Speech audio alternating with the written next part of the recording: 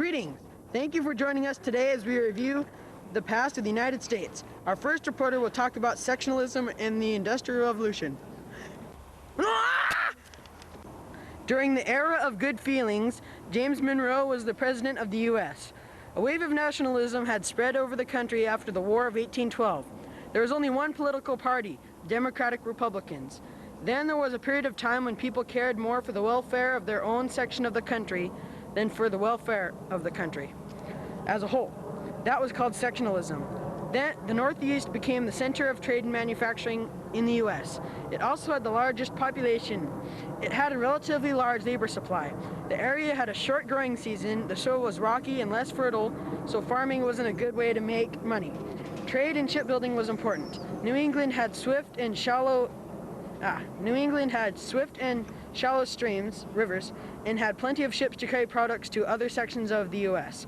and other countries. English manufacturers were shifting their work from hand tools to power-driven machinery. The number of transportation systems increased dramatically. There were toll roads, canals, railroads, and paved roads were being built.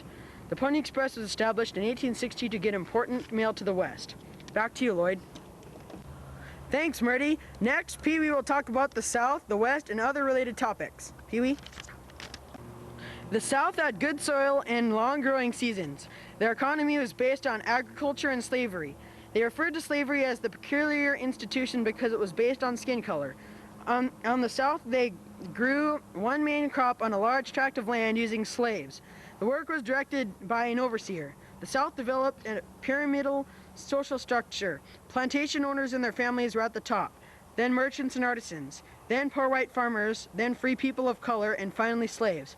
The work for slaves was endless from sunup to sundown. Not everyone wanted slavery, though. Those people were abolitionists.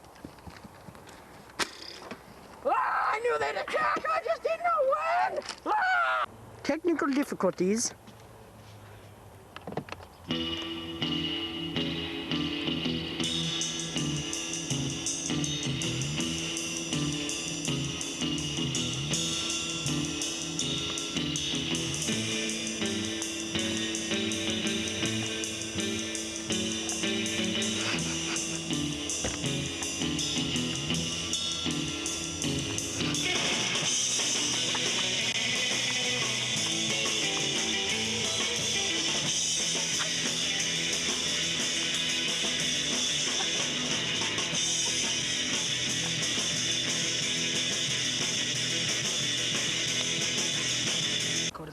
Hello? Is this thing on? Okay.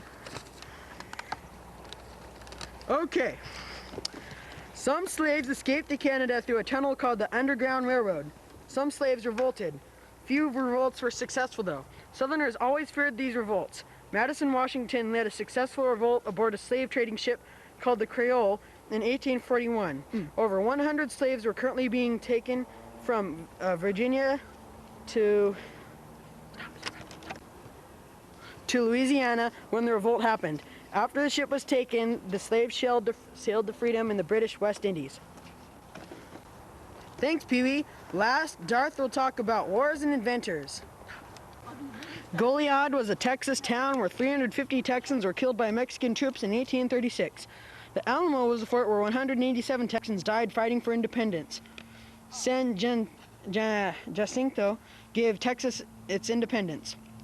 After winning its independence from Mexico, Texas applies for annexation to the U.S. Their request was turned down because Northerners didn't want another slave state. It was finally admitted to the U.S. in 1845. Americans wanted to buy California and Arizona from Mexico. They refused, so they fought for them. The Americans won. The Mormons were persecuted in many states because of religion and power. Besides battles, some of the inventors in America were Samuel Slater, built from memory the first textile machine in America. Eli Whitney built the cotton gin, also came up with the concept of interchangeable parts. Robert Fulton built the first successful steamboat, the Clermont. Peter Cooper, builder of the first successful steam-driven locomotive, the Tom Thumb. Donald McKay built the Flying Cloud. It was a clipper ship that sailed from Boston to San Francisco in 89 days. Samuel F.B. Morse invented the telegraph. Go. Oh, dumbass. Go. I was talking to you. Still what? Still taping. Go.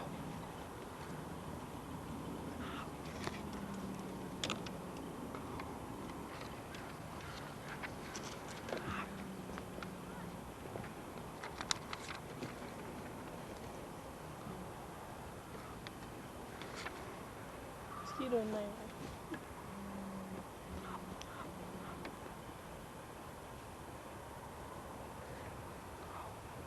Play.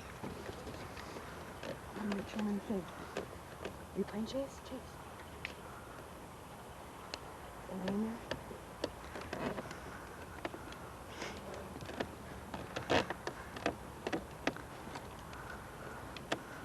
Yeah, play it for some reason. Oh, the music. Is the music playing?